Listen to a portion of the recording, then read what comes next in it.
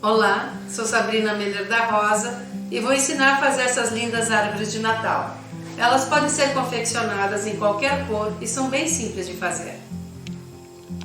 Material necessário: vamos precisar de uma máquina de costura, 6 pedaços de tecido do tamanho de uma folha A4, lápis, tesoura, alfinetes, agulhas, botões ou embelezamentos, linha da cor do tecido e uma folha A4 para fazermos o molde. Pegue a folha de papel e dobre ao meio.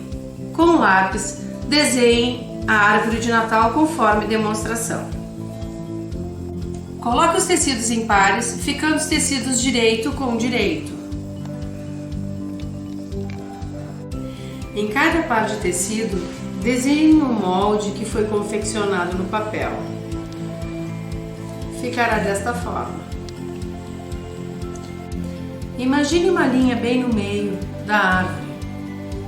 Na parte inferior, marcar com alfinete em ambos os lados, aproximadamente com um espaço de 3 centímetros, aonde ficarão as aberturas para o enchimento com plumante da árvore de Natal. Repito esse procedimento com os outros 2 pares de tecido. Na máquina, costure seguindo a linha do molde.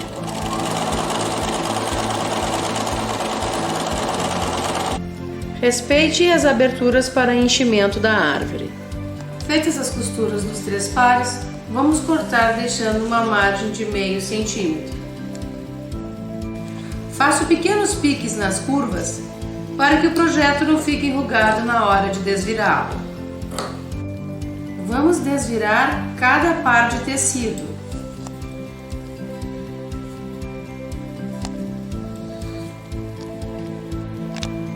Após desvirados, ficará desta forma. Coloque um em cima do outro.